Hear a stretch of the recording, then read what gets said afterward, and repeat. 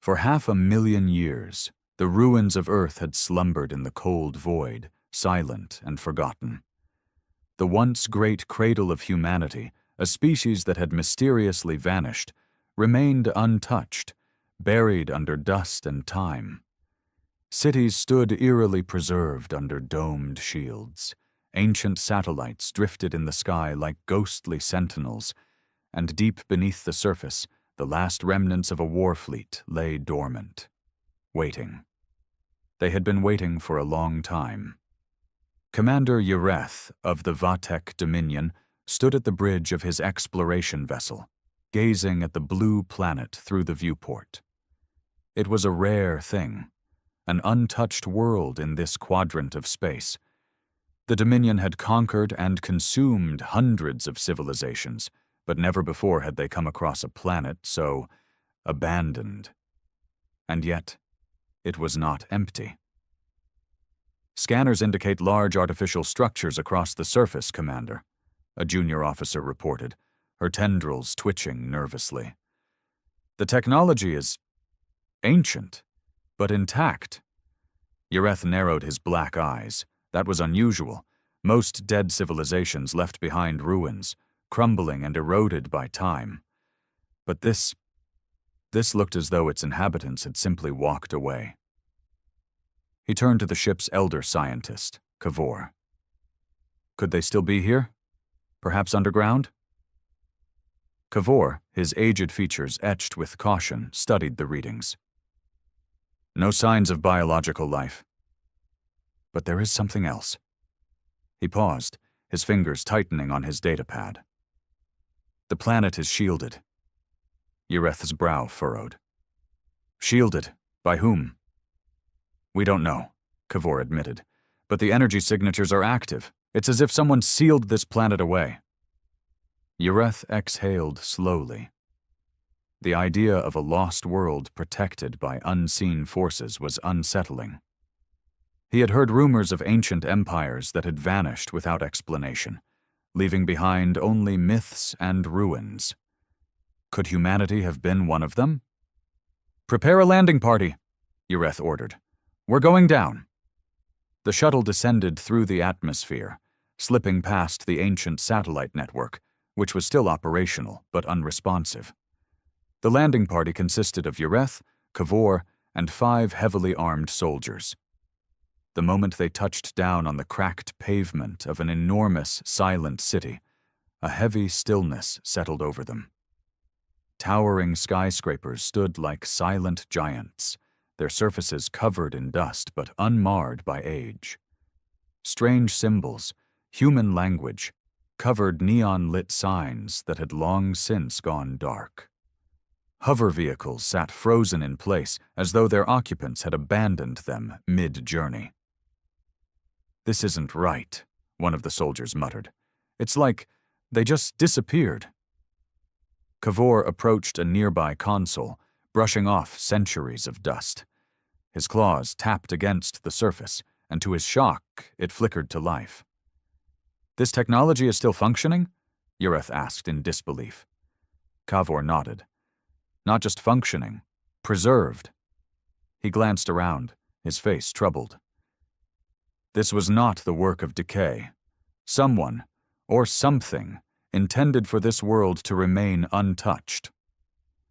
The Dominion had conquered many civilizations, but none had prepared for their own demise like this. The humans had planned for something. But for what? "Commander," another soldier called out. "You need to see this." Yareth followed him through the skeletal remains of the city, past enormous statues of human warriors frozen in time. They entered a grand hall, its vast ceiling lined with murals depicting battles among the stars. But at the center of the room, beneath a shattered glass dome, lay the real discovery. A warship. It was massive, far larger than anything the Dominion had ever built. Its sleek, black hull was lined with runes of an unknown origin. It rested within a dry dock, surrounded by dormant machinery. "This is a war fleet," Kavor whispered, awestruck. Yareth felt his pulse quicken. No, this is a war graveyard. His voice was hushed, almost reverent. What were they preparing for? Then something changed. The air crackled. A deep hum resonated through the city, vibrating beneath their feet. The ship's dark hull flickered, once, twice, and then it came alive. The ship was waking up. Alarms blared from Kavor's scanner. "Commander, something's happening." The ship's surface shifted, revealing a hidden insignia, one that had not been seen in 500,000 years, a symbol of a species that had once ruled the stars, humanity. Then a voice echoed through the chamber, deep, mechanical, cold. "Identity confirmed, foreign presence detected, initializing protocol, last stand." Ureth had no time to react before the entire city roared back to life. The hum grew into a deafening roar as the city around them shuddered with newfound life. Lights flickered on, ancient street lamps illuminating dust-covered roads. Massive holographic billboards flared back into existence, displaying human faces, military insignias, and unreadable warnings in an ancient Earth language. But the warship was the real threat. The insignia burned bright on its hull, and unseen machinery within the massive structure rumbled, as if stretching after a long slumber. The dry dock's mechanical arms, silent for 500,000 years, jerked into motion, spitting dust and debris as they recalibrated. The ground trembled beneath Ureth's feet. Kavor, still hunched over his scanner, paled. "Commander, the ship is powering up." "No." Ureth's voice was barely above a whisper. "It's waking up." One of the soldiers cursed, gripping his plasma rifle tighter. "Do we shoot?" "Absolutely not," Ureth snapped. "We don't even know what it's doing." Then the voice returned. Cold, mechanical, emotionless. "Last stand protocol activated. Initializing defense measures. All foreign entities, prepare for annihilation." A metallic groan echoed as the warship's front bay doors slowly peeled open, revealing an abyss of darkness within. The air rippled with static. The ship was scanning them. Ureth clenched his jaw. This was not an empty ruin. It was a fortress left behind for a war that never came. A war meant to be fought by ghosts. "Commander," Kavor breathed, eyes wide. "We need to leave, now." "Agreed." Ureth activated his communicator. "Recall the shuttle. Full extraction." "Sir, we're getting heavy interference," the pilot crackled back. "Something's jamming our signal. We can't lock onto your location." That was bad. Very bad. The ship's hum turned into an ear-piercing shriek as energy surged along its hull, neon blue circuits flaring to life. A deep, rhythmic thudding began somewhere below them. Machinery older than the Dominion itself was activating. A second voice, different from the first, crackled to life. "Stand by for combat readiness check. Running diagnostics." Ureth turned to Kavor. "Can you stop it?" Kavor's hands trembled over his scanner. Commander, I don't even know how it works. It's not responding to Dominion systems. This is something else entirely." A soldier took a step back, panic creeping into his voice. "What if it sees us as a threat?" "It already does." The warship's abyssal bay shifted, and for the first time in 500,000 years, something moved inside. And then they saw them. Not humans, not skeletons, not the long-forgotten remains of a dead race. Machines. Rows upon rows of humanoid war drones, standing in eerie silence. Their plated bodies were ancient, covered in a strange alloy unlike anything the Dominion had ever seen. They lined the interior of the warship like statues of a forgotten army, their weapons gleaming under flickering blue light. A cold realization settled over Ureth. The warfleet wasn't abandoned. It was waiting for something, waiting for orders. and they had just woken it up. Finalizing combat protocols, one of the drones moved, its head tilted, its glassy, dark visor locking onto them with an inhuman focus, its arms unfolded, and from its wrist, a long, sharp blade of light extended with a hiss. Then another moved, and another. The city rumbled as more warships, hidden across the metropolis, began to hum with power. Kavor's voice was barely a whisper. Dear gods, it's a reactivation sequence. Ureth didn't wait. We are leaving, now! The team bolted for the exit, their boots slamming against the ground as the first drones stepped forward, their movements eerily fluid for machines. Red lights flickered across their forms, scanning, analyzing, preparing. Then, they charged. A flash of light erupted from one of the drones as it raised its weapon. A searing plasma shot screamed through the air, striking a soldier square in the back. He let out a strangled cry before collapsing. Smoke rising from the hole burned straight through his armor. The others barely had time to react. Ureth grabbed Kavor and shoved him forward.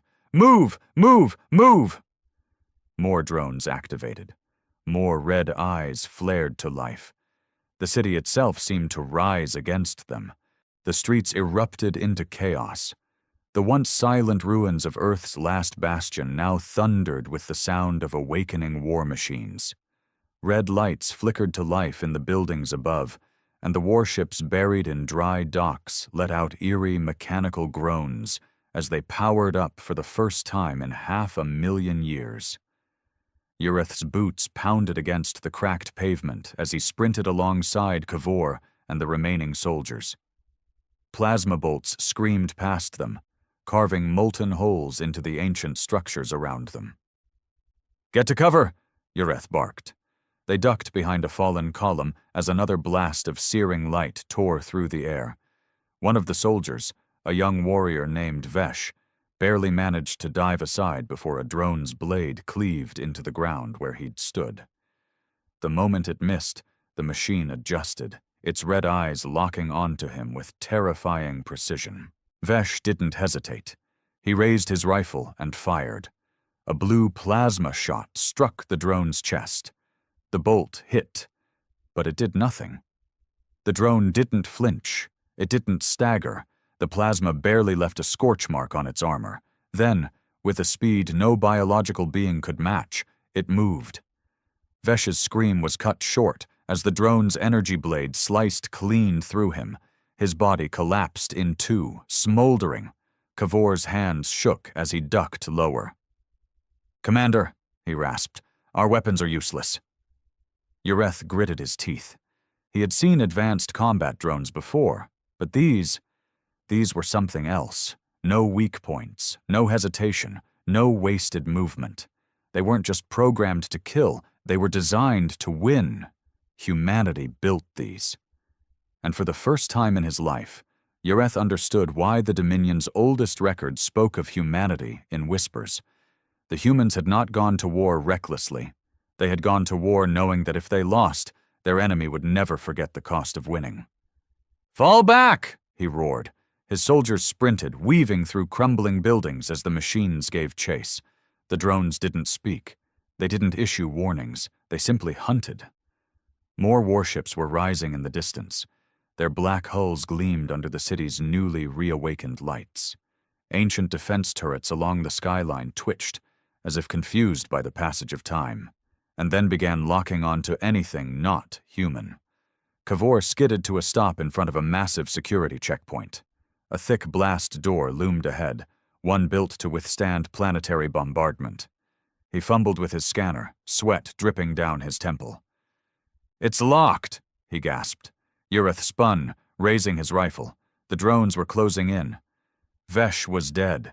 Another soldier had already fallen. The remaining 3 warriors had their weapons raised.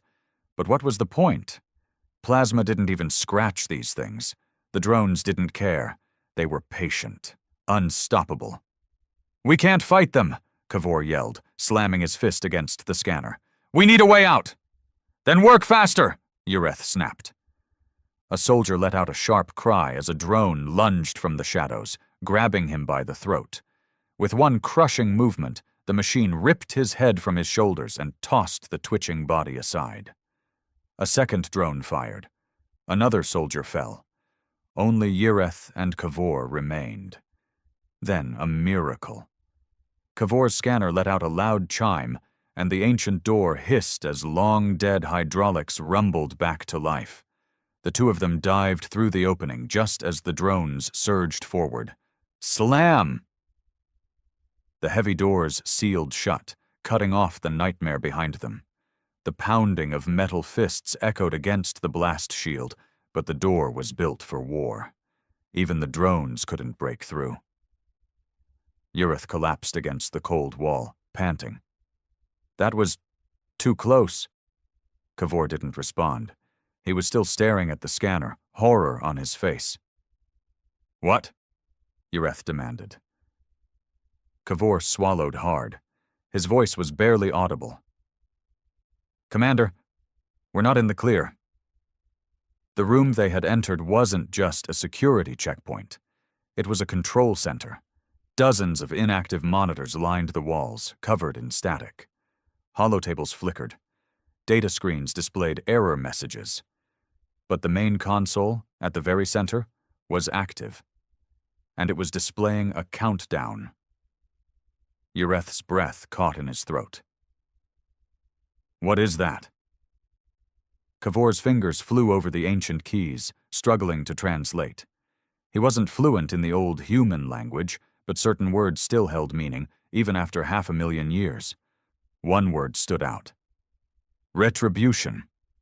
Cavor looked up, eyes wide with fear. This isn't just a city, it's a failsafe. His voice shook. When we woke the war fleet, we didn't just activate the machines. The countdown continued. 2 minutes 53 seconds. 2 minutes 52 seconds.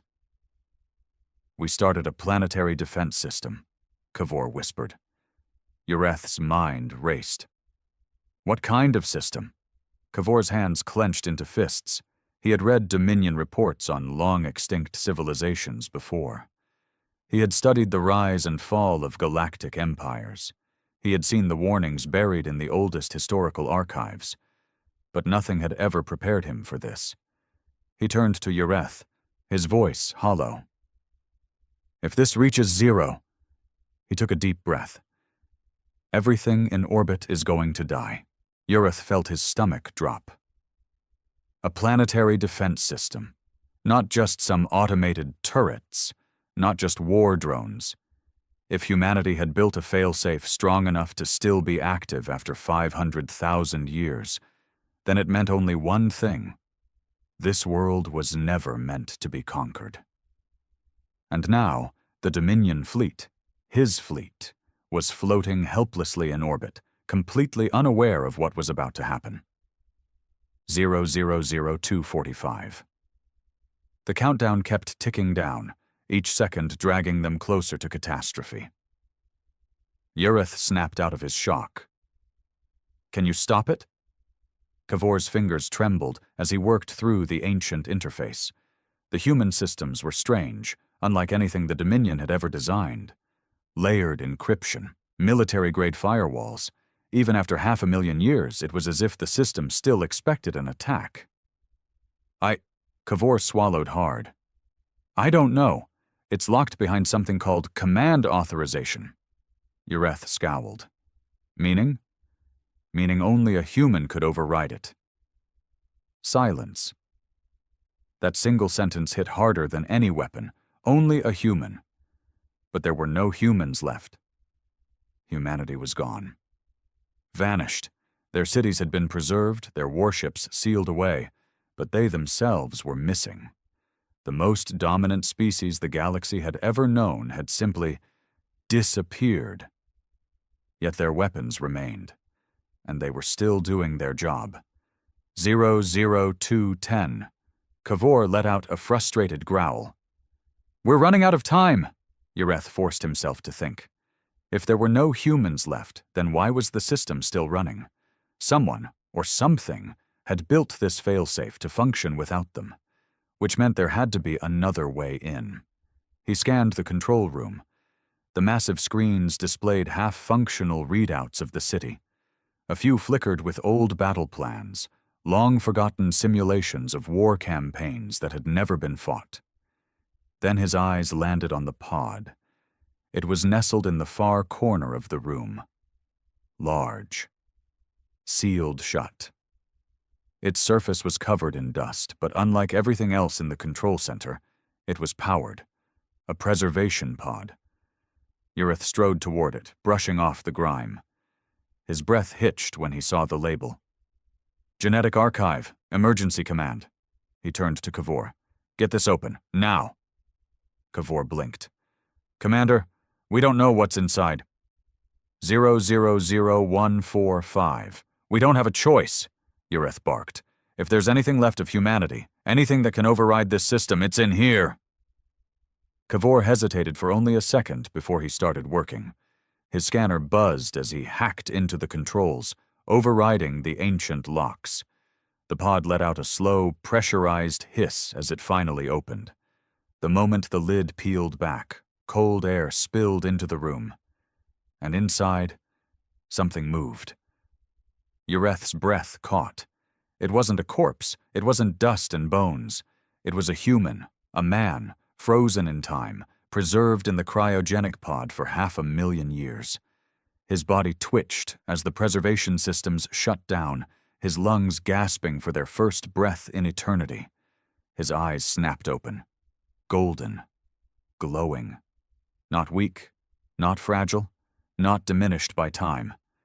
The human sat up, dazed, scanning the room with sharp, predatory focus. He was built for war, his physique still powerful despite the ages he had spent in stasis. His gaze locked onto Ureth and Cavor, assessing them instantly. A voice crackled from the control panel. Emergency command identity confirmed. Override authorization accepted. Cavor gasped. The countdown stopped.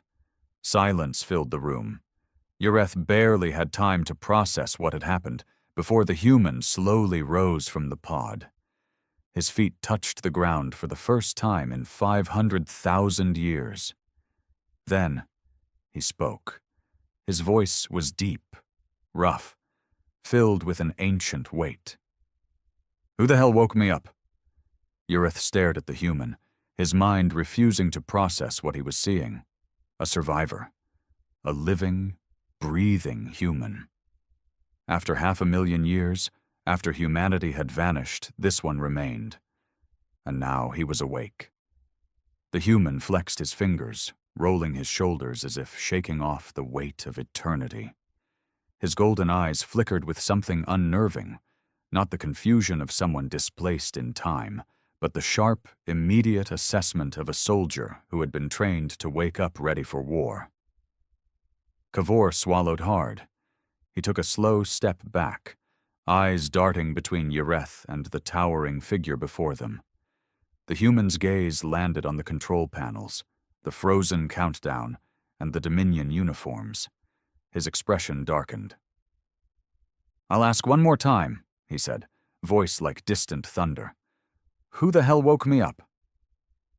Ureth, for the first time in his life, felt small.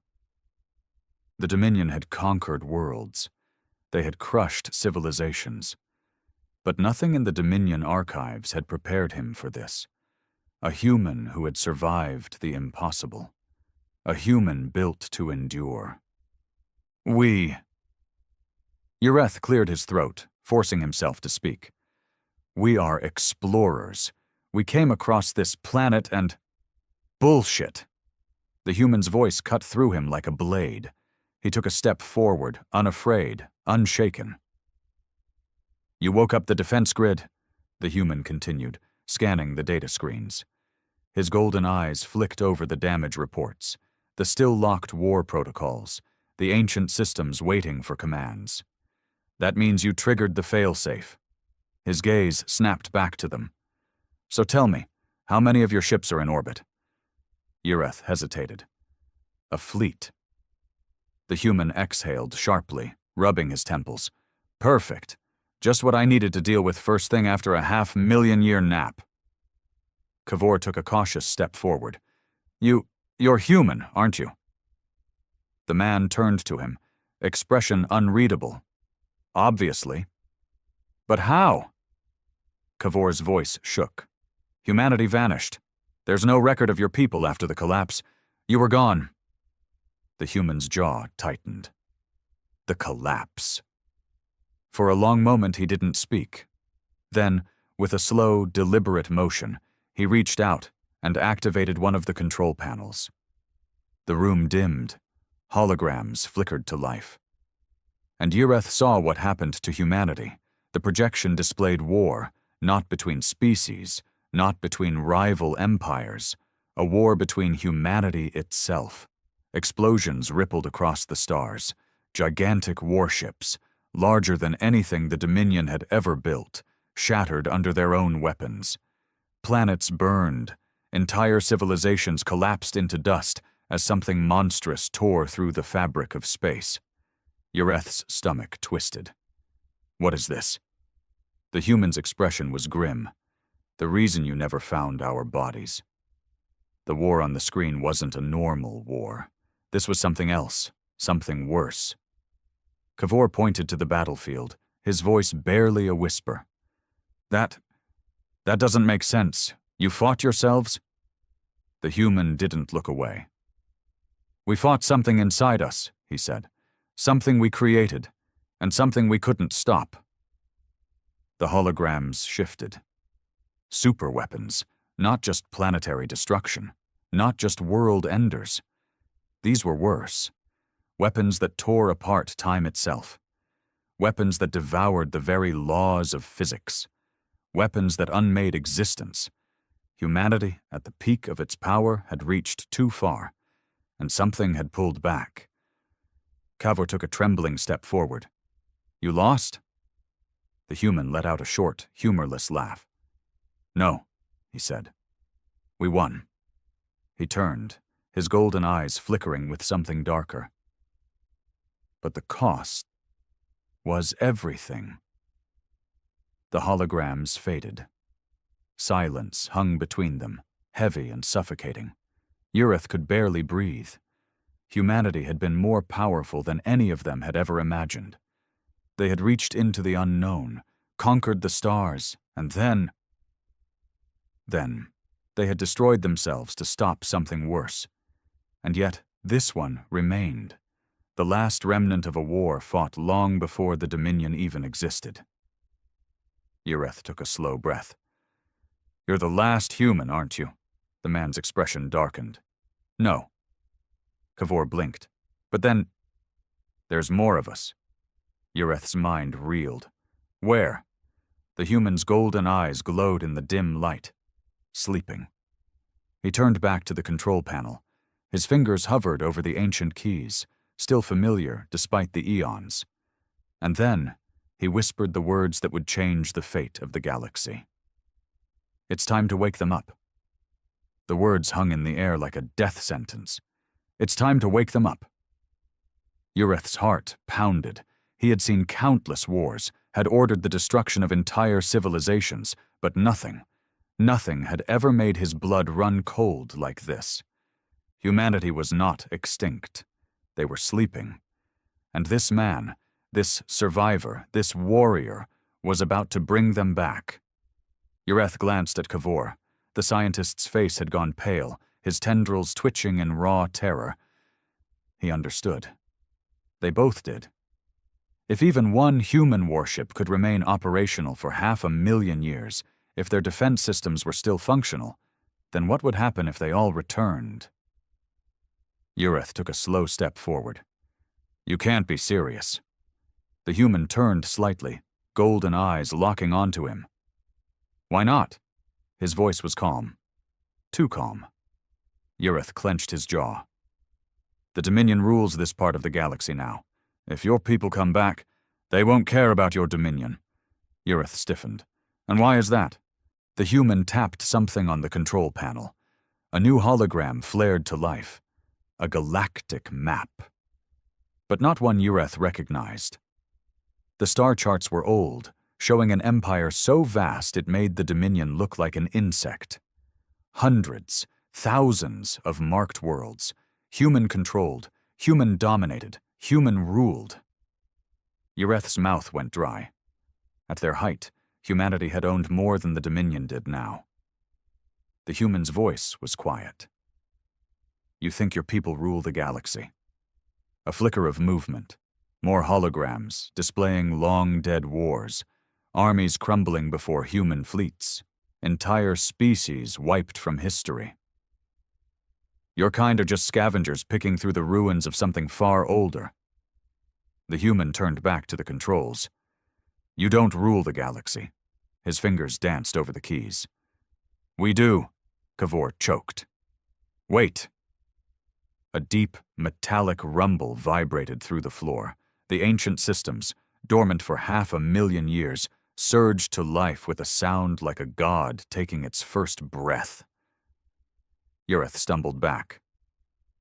What did you do? The human didn't answer. The screens shifted, displaying massive underground chambers across the planet. Thousands, millions of sealed pods lined the halls. Some biological, others mechanical. Some held soldiers, some held commanders, some held things that had no name in the Dominion's language, and all of them were waking up. One of the screens displayed the war fleet, not just the one ship in the dry dock, not just a few hundred. Thousands. Buried beneath the planet, an entire fleet had been sleeping for eons, and now they were activating. Alarms blared. Ancient launch bays hissed open, expelling dust as weapons that had once conquered the stars rearmed themselves. The countdown had never been a fail-safe. It had been a wake-up call. Cavor gripped the console in horror. You're bringing them all back. The human exhaled slowly. That was the plan. Ureth's voice turned sharp. And what happens when they see us? The human finally turned, looking Ureth in the eyes. His expression was unreadable. That depends. On what? Ureth demanded. The human's golden eyes glowed. On whether or not they think you're the enemy. The entire planet trembled. From the depths of ancient vaults, from war factories buried beneath mountains. They woke.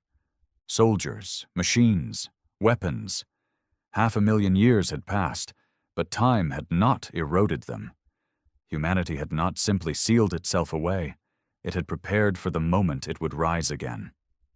And now, that moment had come.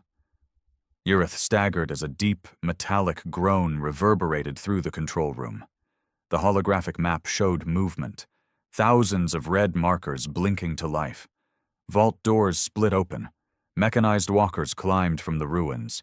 Gigantic warships, each one larger than the Dominion's capital fleet, lifted from their hidden docks, shaking off dust like slumbering giants.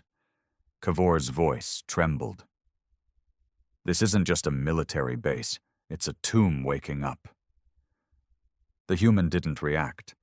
He simply watched as his people stirred, as ancient war protocols engaged.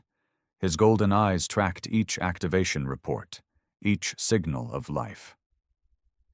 They were waiting for this moment, he said quietly, waiting for the time to return. Ureth swallowed. His fleet was still in orbit. The Dominion ships had no idea what was happening below. If humanity saw them as invaders, if they attacked, this wouldn't be a battle, it would be extermination. Call them off, Ureth snapped. The human glanced at him. Excuse me? Your fleet. Your people. Ureth's voice was sharp, but underneath it there was something else. Fear. They don't know we're not a threat. The human exhaled, running a hand through his dark hair. He looked tired, ancient, as if he had carried the weight of 500,000 years of history alone. They won't fire first, he said at last. Ureth wasn't convinced. And if they see us as enemies? The human's golden eyes flickered. Then, he said softly, You'll have about 30 seconds before your fleet is erased from existence. Cavor let out a strangled sound. Ureth clenched his fists. Then tell them we're not enemies. The human studied him for a long moment. Then, with a slow nod, he turned back to the console. His fingers danced over the keys, inputting commands faster than Ureth could track. The system responded immediately. A new signal pulsed from the ancient network, shooting up toward the sky. A message. Admiral Velak paced on the bridge of his warship, his spines bristling. "Where is the landing team?" "No response, Admiral," an officer said nervously. "There's interference." Velak's gaze narrowed. Something was wrong. Then alarms flared across the command deck. "Admiral," a technician gasped. "New contacts, thousands." A massive blip appeared on their scanners. Ships. Big ships. Velak's blood went cold. They were rising from the planet like specters, warships unlike any in recorded history. Their designs were old, yet somehow beyond anything the Dominion had ever faced. And worst of all, they were powering weapons. "Sir," another officer whispered. They're human." Silence fell over the bridge. For hundreds of thousands of years, humanity had been nothing more than a myth, a lost species, a forgotten nightmare. The idea that they might return had been laughable, yet here they were, and they were waking up. Then a message flashed across the Dominion channels, one single phrase, one single warning. "Stand down!" Velak's claws dug into the armrest of his command throne. He stared at the incoming warships, at the colossal vessels that could erase his entire fleet in minutes. He had no choice. "Cease all hostile actions," he ordered. "Do not fire." The Dominion fleet obeyed. But it didn't matter, because humanity was already here. Ureth let out a slow breath as the transmission sent. The human sat back slightly, watching the data scroll. "They're hesitating," he murmured. "Good," Cavor said, voice shaking. Then another deep rumble shook the city. Not from the Dominion, not from the warships above, from deeper underground. The human's golden eyes narrowed. "No," Ureth frowned. "What?" The human's face darkened. "Not all of them should be waking up." Another tremor, then another. The screens flickered. More red alerts filled the displays, each one flashing symbols in the ancient human language. Cavor paled as he translated them. "Containment breach." Ureth's blood went cold. "Containment of what?" The human's jaw tightened. "The war wasn't just against ourselves," he said quietly. "There were other things." Another tremor, this one stronger. Dust fell from the ceiling. The security doors groaned as if something far beneath them was moving. The human's face hardened. "We didn't just fight an enemy." His fingers hovered over the console. His golden eyes burned. "We locked something away." A final deep, monstrous growl rumbled from the depths of the planet. Something was waking up. Something that should have stayed buried. The human turned to Ureth. "You need to call your fleet back. Now." Admiral Velak paced on the bridge of his warship, his spines bristling. "Where is the landing team?" "No response, Admiral," an officer said nervously. "There's interference." Velak's gaze narrowed. Something was wrong. Then alarms flared across the command deck. "Admiral," a technician gasped. "New contacts, thousands." A massive blip appeared on their scanners. Ships. Big ships. Velak's blood went cold. They were rising from the planet like specters, warships unlike any in recorded history. Their designs were old, yet somehow beyond anything the Dominion had ever faced. And worst of all, they were powering weapons. "Sir," another officer whispered. They're They're human. Silence fell over the bridge. For hundreds of thousands of years, humanity had been nothing more than a myth, a lost species, a forgotten nightmare. The idea that they might return had been laughable, yet here they were, and they were waking up. Then a message flashed across the Dominion channels, one single phrase, one single warning. "Stand down!" Valak's claws dug into the armrest of his command throne. He stared at the incoming warships, at the colossal vessels that could erase his entire fleet in minutes. He had no choice. "Cease all hostile actions," he ordered. "Do not fire." The Dominion fleet obeyed. But it didn't matter, because humanity was already here. Ureth let out a slow breath as the transmission sent. The human sat back slightly, watching the data scroll. "They're hesitating," he murmured. "Good," Kavor said, voice shaking. Then another deep rumble shook the city. Not from the Dominion, not from the warships above, from deeper underground. The human's golden eyes narrowed. "No," Ureth frowned. "What?" The human's face darkened. "Not all of them should be waking up." Another tremor, then another. The screens flickered. More red alerts filled the displays, each one flashing symbols in the ancient human language. Kavor paled as he translated them. "Containment breach." Ureth's blood went cold. "Containment of what?" The human's jaw tightened. "The war wasn't just against ourselves," he said quietly. "There were other things." Another tremor, this one stronger. Dust fell from the ceiling. The security doors groaned as if something far beneath them was moving. The human's face hardened. "We didn't just fight an enemy." His fingers hovered over the console. His golden eyes burned. "We locked something away." A final deep, monstrous growl rumbled from the depths of the planet. Something was waking up. Something that should have stayed buried. The human turned to Ureth. "You need to call your fleet back. Now." The rumbling grew louder, not the sound of warships taking flight, not the hum of ancient machinery reactivating. This was something deeper, something wrong. Ureth felt it in his bones, a low, unnatural vibration, like the very planet itself was afraid. The human moved fast, hands a blur as he input commands into the control panel. Screens flashed red, alarms blared, subterranean vaults had been breached, something had escaped. Ureth forced down his panic. "What did you lock away down there?" The human's jaw clenched. "A mistake." The Dominion commander narrowed his eyes. "What kind of mistake?" The human hesitated. Then he turned to Ureth, and for the first time he looked uncertain. "It wasn't just humanity that disappeared," he said. "Something else was wiped out." Kavor's tendrils twitched. Another species? The human's golden eyes burned. Something worse.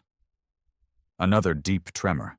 This time the entire city lurched, as if some great force was shifting beneath the surface. The walls groaned. Dust rained from the ceiling. Then, a roar, not mechanical, not artificial, something alive. The lights flickered. The control screens glitched. The symbols shifted into jagged, corrupted text, as if the very system itself was screaming. Kavor gasped. It's overriding the security systems." Ureth spun toward the human. "What the hell is waking up?" The human exhaled sharply. His fingers flexed, curling into fists. "A long time ago," he said quietly. "We weren't alone." The red alerts intensified. The temperature dropped. The air felt heavier. "We ruled the galaxy," the human continued, "but we weren't the first ones to try." Kavor's voice shook. "What do you mean?" The human's gaze hardened. "We exterminated them," he said. "Completely." Ureth's breath caught. "A species. Erased, not conquered, not subjugated, erased. And now, after 500,000 years, they were coming back. Admiral Valak stood frozen as the second signal came from the planet. Not from the human, not from the warships, from something else. "Sir," an officer stammered, there's something down there." Valak turned to the holographic display. What had once been a dead world was now alive with warnings, and beneath the surface, deep beneath the layers of buried cities and forgotten war machines, something was moving. The Dominion had conquered planets before. They had seen rebellions, armies, biological horrors, but nothing like this. The energy signatures were wrong. Older than the humans. Older than everything. A deep pulse rippled through the scanners, and for the first time in Dominion history, the sensors screamed in fear. Ureth barely had time to react before the floor split open. A deep, jagged crack tore through the ground, splitting the control room in two. Machinery toppled. Cavor barely caught himself before falling into the growing abyss. The human didn't move. He just stared into the dark. Ureth pulled Cavor back, his claws digging into the scientist's arm. "We need to get out of here." But the human smiled. It wasn't amusement. It wasn't confidence. It was relief. "The war never ended," he murmured. Cavor trembled. "What?" The human's golden eyes gleamed. "You asked what happened to us," he said. "Why we vanished." The ground shuddered. Cracks spread across the city. In the distance, human warships began shifting into combat formations. Ureth realized, with growing horror, that this moment was what they had been waiting for. The human turned to him. "We didn't leave," he said. "We locked ourselves away." Ureth's blood went cold. The human's smile faded. His voice dropped to a whisper. "Because we knew they would come back." Then, from the darkness, it emerged. A shape. Massive. Not organic. Not mechanical. Something else. Something wrong. It didn't crawl. It didn't walk. It simply existed, as if reality itself had forgotten how to reject it. Ureth's mind screamed. He felt his body rejecting the thing's presence, like his very cells understood this creature was not meant to be. Cavor collapsed, clutching his head. The human, however, just cracked his neck. And for the first time since waking, he looked satisfied. Finally, he reached for something on his wrist, a small device, a trigger. Ureth barely had time to process what was happening before the human pressed it. A deep, echoing boom rippled through the planet. The sky darkened. Then, from the horizon, the real war fleet rose. Not just the ships in orbit, not just the weapons buried beneath the ground. This was something older, something deadlier, something built for extinction.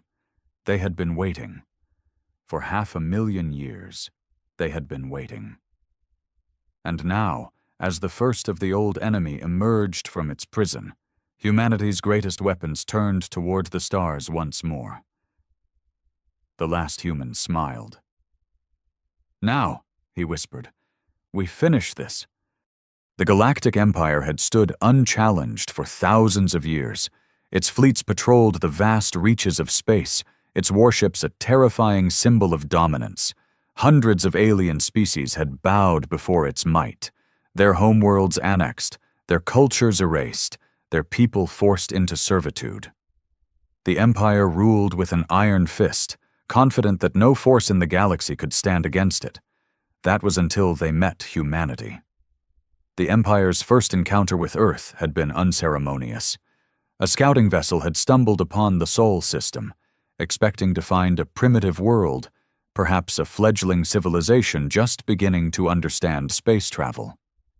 Instead, they found a species that had already colonized its neighboring planets, constructed massive space stations, and, most concerningly, built weapons that rivaled those of the Empire. At first, the Empire had dismissed humanity as an anomaly, an upstart species that had advanced too quickly for its own good. It sent a diplomatic envoy demanding Earth's submission. The message had been clear: surrender and be assimilated into the Empire, or be annihilated. The reply had been equally clear: no.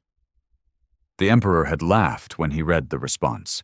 He had seen this before: countless civilizations that believed they could resist the Empire. None had succeeded. Humanity would be no different. So the Empire sent its fleets. They arrived in the Sol system with overwhelming force, hundreds of warships bristling with weapons capable of reducing entire planets to rubble. They expected Earth's surrender within hours. Instead, they found hell waiting for them. When the Empire's ships entered the system, they were met with a coordinated strategic defense unlike anything they had ever encountered. Humanity did not scatter in fear. They did not attempt to negotiate. They fought, and they fought like demons. The Imperial fleet had expected planetary defenses, perhaps a few orbital stations with outdated weapons. What they found was a fully armed, war-hardened military force with ships that moved like predators in the void. Humanity's vessels were smaller than the Empire's, but they were faster, more maneuverable, and bristling with weapons that cut through Imperial armor like a hot knife through flesh. Admiral Harkon, commanding the invasion, watched in stunned silence as his capital ships, vessels that had brought entire worlds to their knees, began to fall. Swarms of human fighters darted between the Empire's sluggish warships, striking critical points, crippling engines, and targeting weapon systems with terrifying precision. And then came humanity's fleet. They hadn't just been defending Earth. They had built their own armada. Dozens of sleek, deadly battleships emerged from behind Luna, engines flaring as they surged toward the Imperial fleet. Their weapons didn't rely on traditional plasma or energy-based technology. They used railguns, massive, devastating cannons that accelerated metal projectiles at speeds that defied comprehension. The Empire had dismissed kinetic weapons as outdated, primitive. They had never faced human engineering. A single round from a railgun tore through an Imperial battleship's hull, cutting through armor and bulkheads like paper. Explosions rippled through the fleet as the humans unleashed their fury. For the first time in centuries, an Imperial fleet was losing. Admiral Harkon's face turned pale as he watched ship after ship vanish from his command screen. His forces were being destroyed. This is impossible, he muttered. They're just humans. But it was happening, and it was only the beginning. When the battle was over, the Empire's fleet was in ruins. Harkon's flagship was one of the few vessels that managed to escape, limping back to Imperial space with the news. The Emperor was waiting when Harkon returned, his golden robes gleaming under the artificial lights of the Imperial palace. "You have failed me," the Emperor said coldly, watching the broken admiral kneel before him. "Explain yourself." Harkon swallowed. "The humans, my Emperor, they are unlike any race we have encountered before." The Emperor's eyes narrowed. "They are primitives. They should not have been able to stand against us." Harkon shook his head. "They are not primitives. They are something else. Something terrifying." He hesitated, then pulled up a holographic recording of the battle. The Emperor watched as Imperial ships were torn apart, as human vessels moved with deadly precision. And then, finally, he saw the message. It had been broadcasted across the Imperial channels after the battle. A human general, standing in front of the burning wreckage of an Imperial dreadnought, his face calm, his voice steady. "To the Emperor of the Galactic Empire," he said, "you came to our system expecting an easy victory. You came to enslave us." He leaned forward, his eyes dark with a promise. "You have made a mistake." The transmission ended. Silence filled the Imperial chamber. The Emperor stared at the darkened screen, his fingers curling into fists. Harkon swallowed hard. "What are your orders, my Emperor?" The Emperor's jaw tightened. "Send the full might of the Empire," he said. "Burn their worlds. Erase them from existence." Back on Earth, preparations had already begun. The battle for Sul had been a victory, but humanity knew the war was far from over. The Empire would return, this time with everything it had. And humanity would be ready. Across the colonies, shipyards worked day and night, constructing new warships, arming them with the same railguns that had torn through the Empire's fleet. Scientists developed new shielding technology. Engineers built faster, deadlier fighters. Every man and woman capable of fighting was preparing for what was to come. Humanity was not fighting for conquest. They were not fighting for power. They were fighting to survive.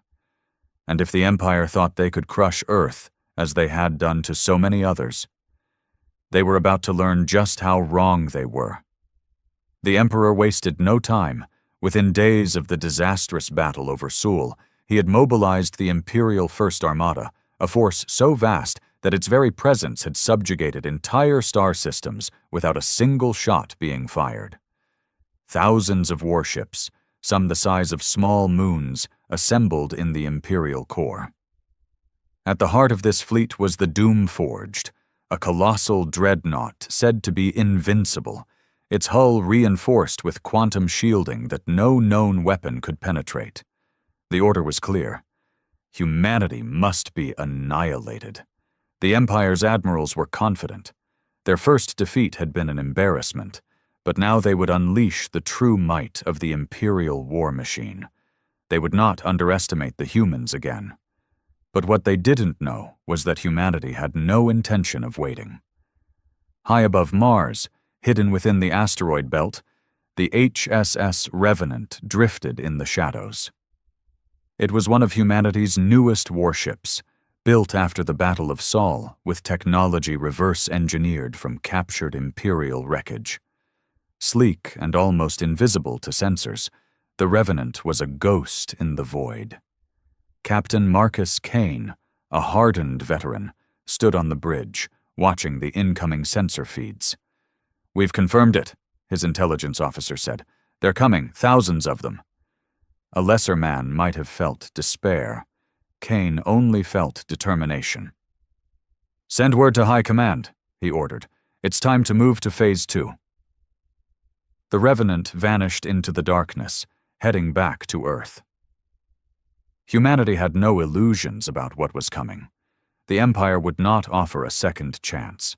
The only way to survive was to strike first.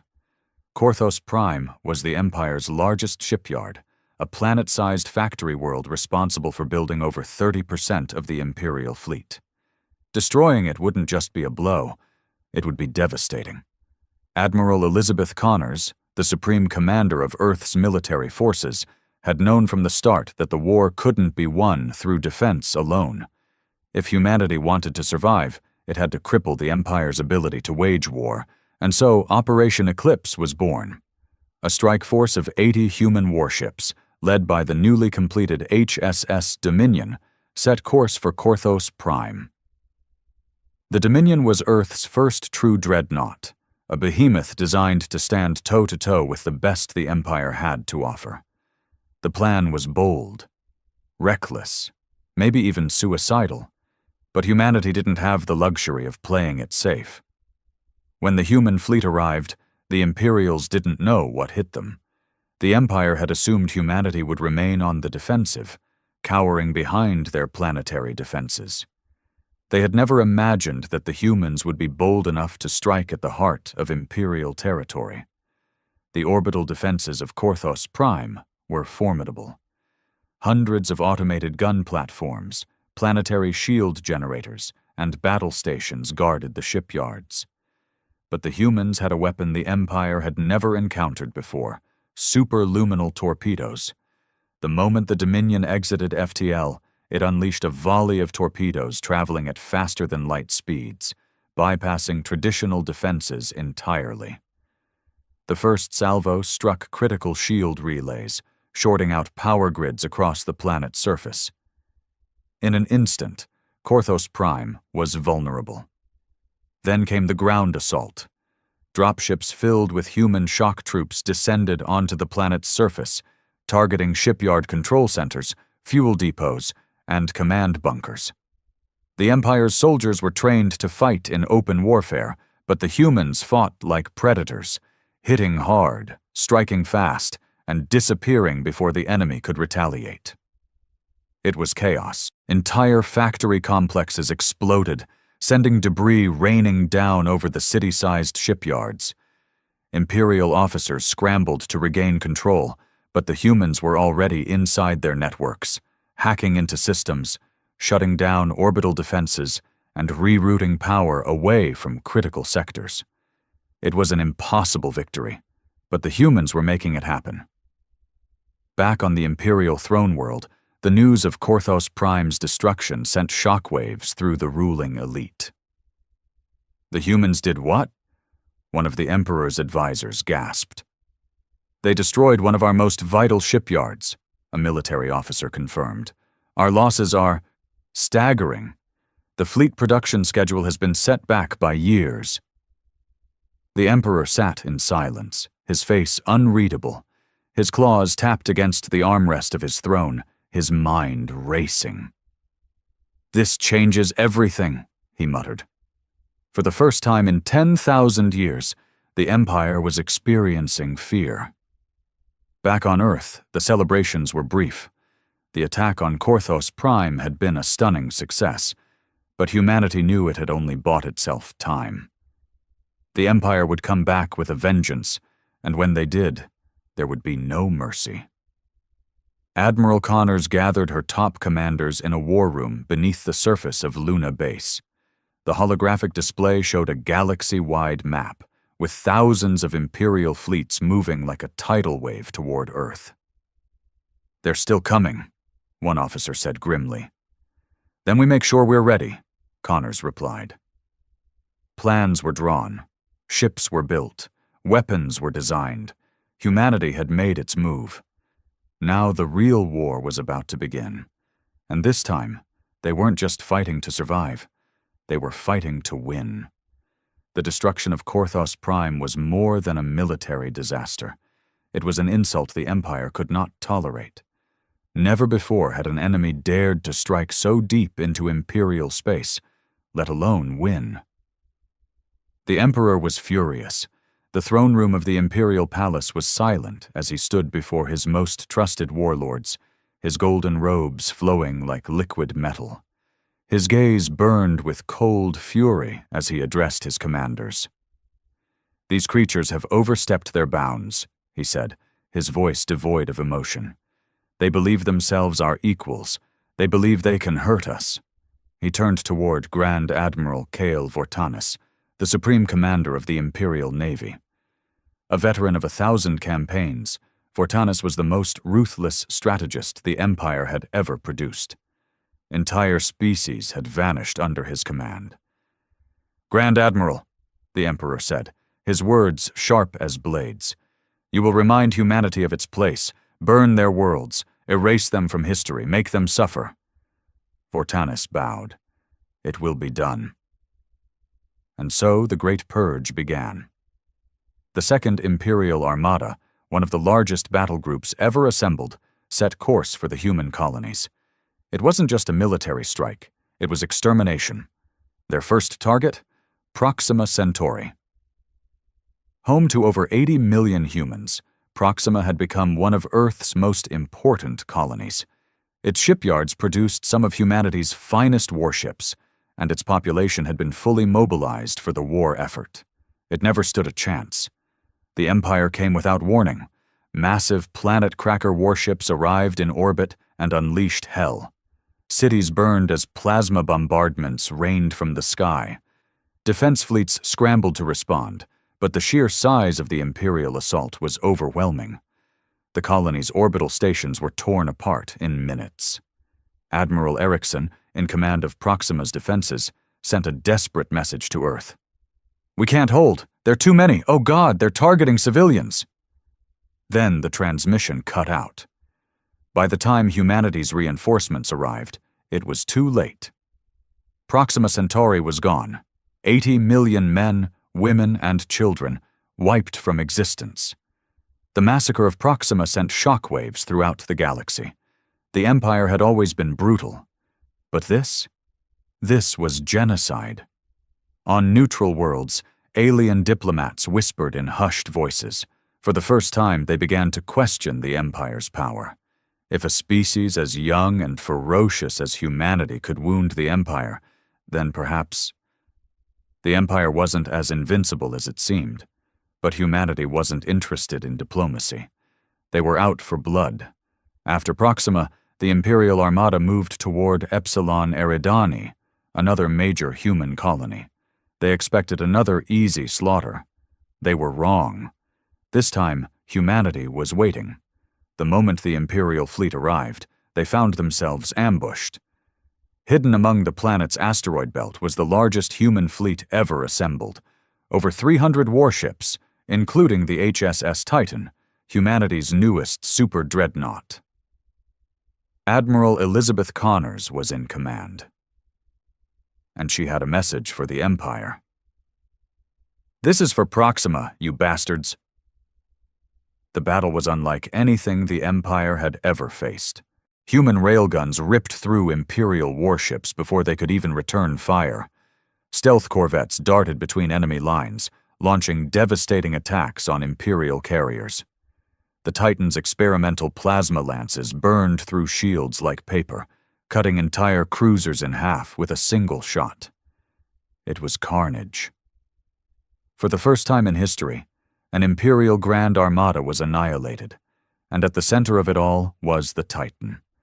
The Empire's flagship, the Doomforged, tried to retreat. It never got the chance. A full barrage from the Titan pierced its engines, tore through its reactor core, and split the monstrous dreadnought in two.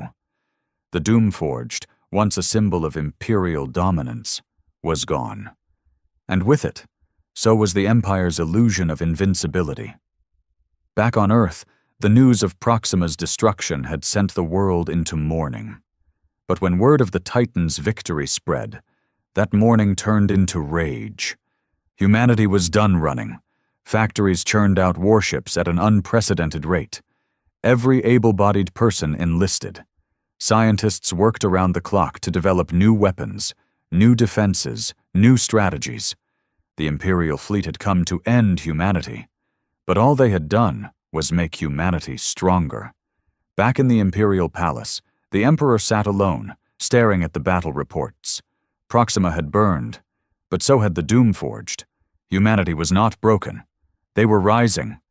And for the first time in his long reign, the Emperor felt something foreign creep into his mind.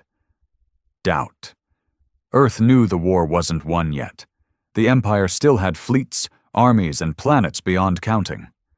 But now, humanity had something the Empire had never given its enemies before. Hope. The Empire had made many mistakes in its long reign. It had crushed civilizations, enslaved entire species, and rewritten history to glorify its own power. But no mistake was greater than what it had done to humanity. The massacre at Proxima Centauri had been meant to instill fear. Instead, it had awakened something far more dangerous. Rage. Humanity was no longer fighting for survival. They were fighting for vengeance, and they were about to bring hell to the Empire's doorstep. Humanity had learned a painful lesson in the war so far. They couldn't outmatch the Empire in sheer numbers. The Empire had thousands of fleets, countless soldiers, and near-limitless resources. A direct war of attrition would be suicide. So humanity did what they did best. They adapted. Instead of fighting head-on, they waged a new kind of war, a war of sabotage, deception, and precision strikes.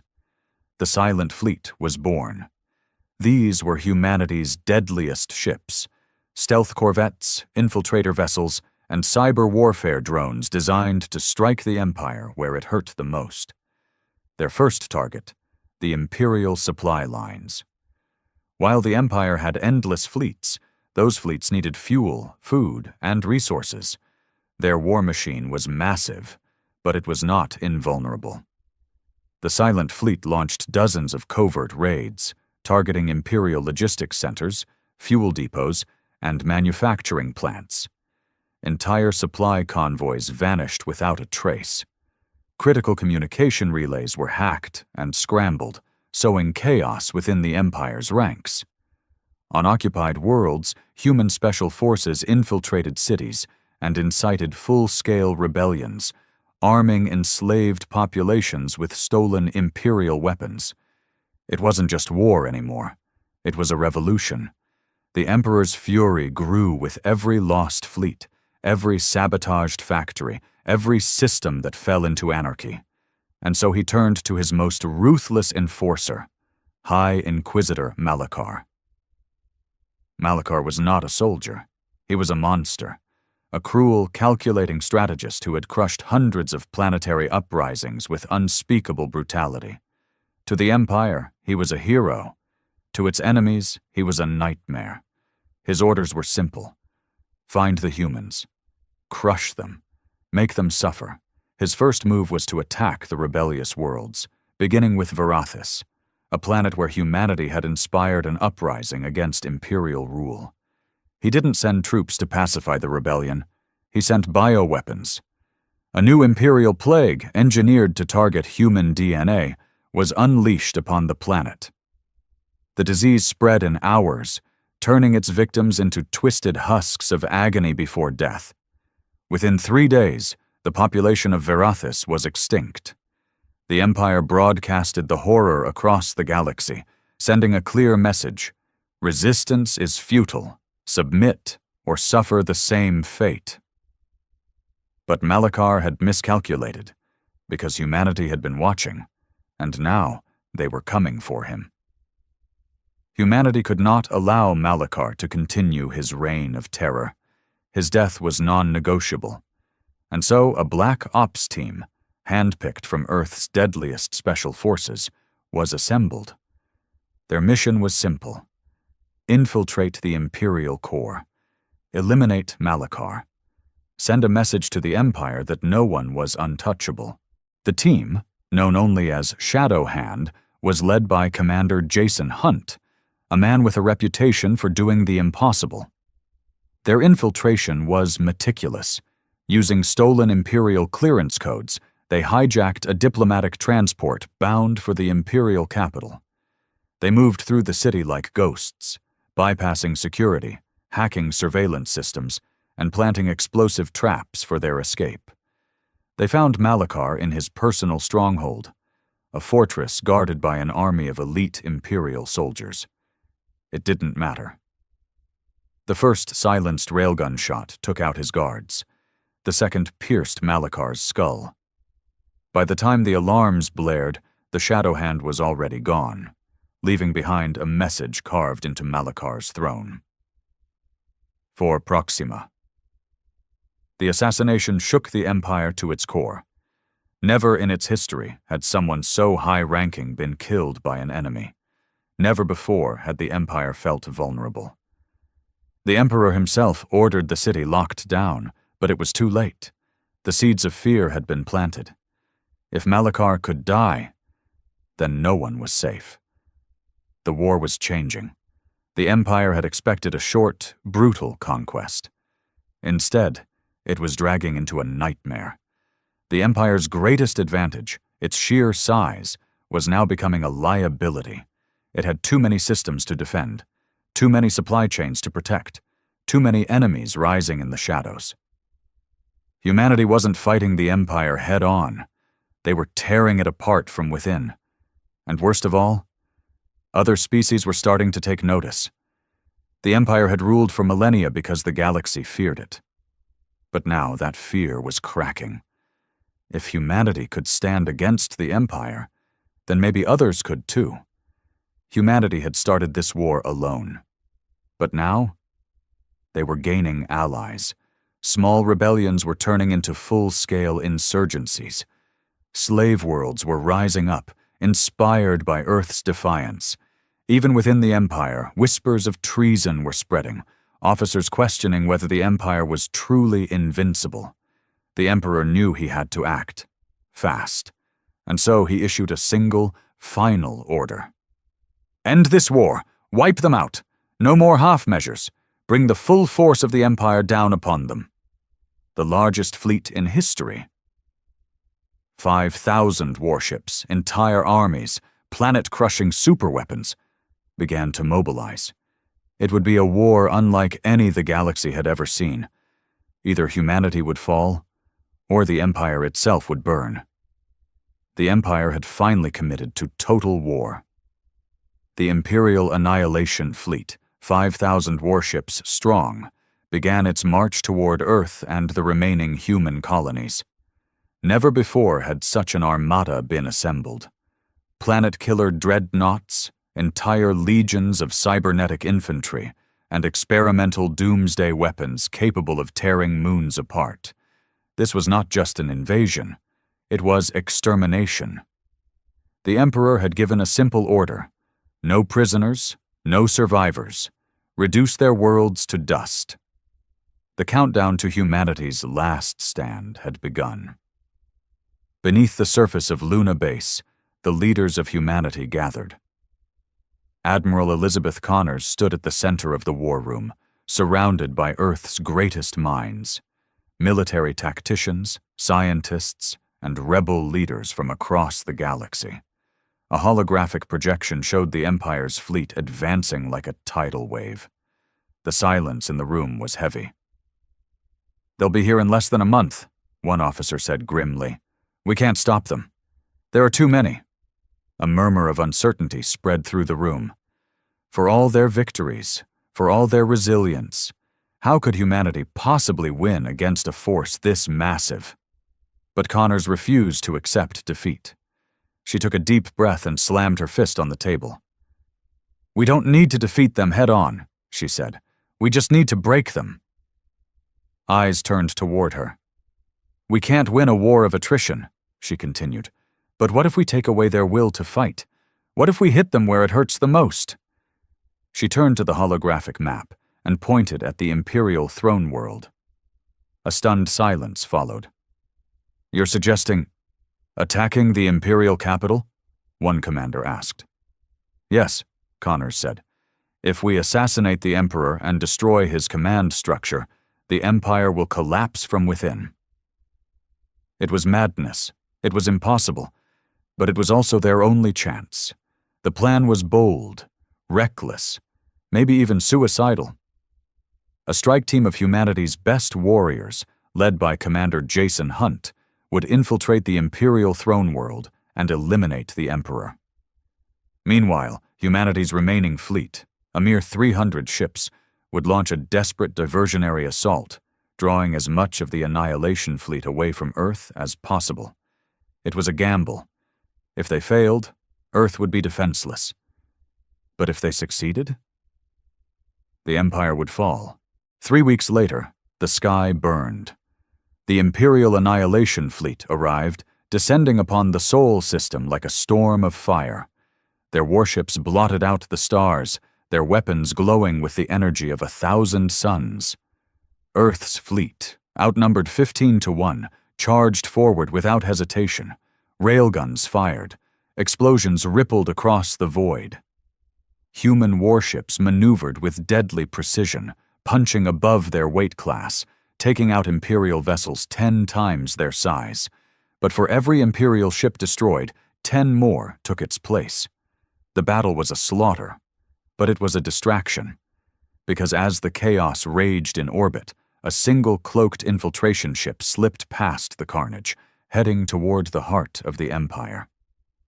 The Imperial throne world was a fortress, protected by legions of soldiers, AI-controlled defenses, and planetary shields stronger than anything humanity had ever faced. But humanity had come prepared. Using stolen Imperial access codes, the infiltration team bypassed the planetary blockade, landing inside the Grand Palace itself. They moved like ghosts, cutting down guards with silenced railguns and energy blades. Every step brought them closer to their target, the Emperor's personal chamber. Then the alarms blared. They had been discovered. The doors to the throne room slammed shut behind them. And there, sitting atop his golden throne, was the Emperor himself. He was not afraid. "You think you can kill a god?" he sneered, rising to his feet. His armored robes shimmered with energy shielding, his hands glowing with forbidden technology. Then the room exploded into chaos. The Imperial Guard stormed in, opening fire. The humans fought like demons, moving with impossible speed, their weapons tearing through the elite warriors like paper. And then, Hunt charged the Emperor. The two clashed in the center of the chamber, warrior against god. Energy shields flared, blades clashed. The Emperor fought with inhuman strength, his blows sending shockwaves through the room. But Hunt didn't stop. He fought not for glory, not for power, but for every world the Empire had destroyed, for every child killed on Proxima, for every city turned to ash, for humanity's future. And then, he struck the final blow. A single railgun round, fired point-blank into the Emperor's skull. The golden helm shattered, the Emperor's body collapsed, and the Empire died with him. The death of the Emperor sent shockwaves across the galaxy. The Imperial command structure collapsed overnight. Without their God King, the Empire's admirals turned on each other, vying for power. Some surrendered, others fled, and many were executed by their own officers. Earth's fleet, on the brink of destruction, suddenly found the Imperial forces breaking apart. Victory was theirs. Months later, the war was over. The once mighty galactic empire had crumbled into chaos. Entire worlds declared independence, vowing never to bow to tyranny again. And at the center of it all, humanity stood victorious. No longer the hunted, no longer the underdogs, but the liberators of the galaxy. Admiral Connors stood on the bridge of the Titan, watching the stars. The war was over, but the future was just beginning. Humanity had not just survived. They had won. The war was over, but the scars it left behind would take centuries to heal. The once mighty galactic empire was gone, its fleets shattered, its ruling elite dead or in hiding. What remained were fractured worlds, struggling to define their future. And at the heart of it all stood humanity. For the first time in history, Earth was not just another world in the galaxy. It was the center of it. In the aftermath of the war, former imperial territories fell into chaos. Without the Emperor's rule, warlords rose to power, each trying to carve out their own dominion. Some sought to restore the old ways, but others saw an opportunity for freedom. Humanity had a choice. Would they conquer, or would they rebuild? The war had cost them billions of lives. The temptation to exact revenge on the former imperial worlds was strong. Many voices in Earth's new government argued that humanity should take the throne for itself, ruling over the galaxy as the Empire once did. But Admiral Connors, now the most respected leader in human history, had only one answer. We did not fight for conquest. We fought to end tyranny.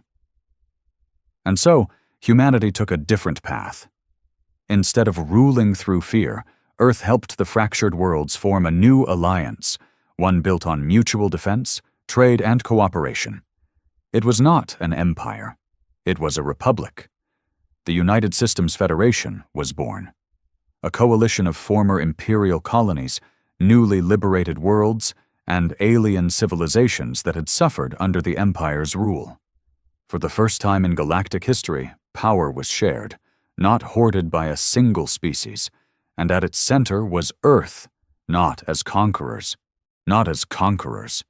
but as the spark of a new age. Not everyone accepted the new order.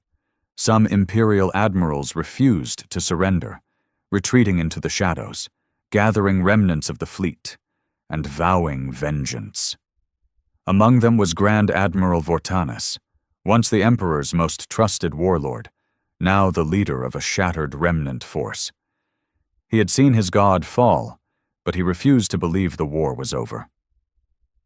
"We will rise again," he promised his followers. "We will burn Earth to the ground." He fled beyond the known systems, disappearing into the dark regions of space. Rumors spread of secret Imperial bases, hidden fleets waiting for the day they could strike back. And so the war did not truly end. It simply changed. The Silent Fleet, once humanity's shadow force during the war, was now repurposed for a new mission. Hunt the last remnants of the Empire. Find them. Eliminate them. The war may have been won, but humanity would never let another empire rise again. With peace beginning to take hold, humanity finally turned its eyes beyond war. For centuries, Earth had been on the defensive, always fighting, always struggling to survive. But now, for the first time, they could look to the stars with hope. The first human-led expedition beyond the former imperial borders set course for a distant, uncharted world. A world untouched by war. A world where humanity could build something new. As the colony ships left Earth's orbit, carrying thousands of pioneers toward a new beginning, a message was broadcast across the galaxy. We are not conquerors, we are explorers, we are builders, and no empire, no tyrant will ever silence us again. Humanity had started this war as the underdogs. Now, they were the future. Despite the hope, despite the victories, one thing remained certain. The galaxy was still a dangerous place. There would always be those who sought power through fear, those who believed they could crush the weak. But now, there was a name that struck fear into the hearts of tyrants. A name that had brought the greatest empire in history to its knees. Humanity. And to any future empire that dared to rise, humanity's fleet would always be waiting.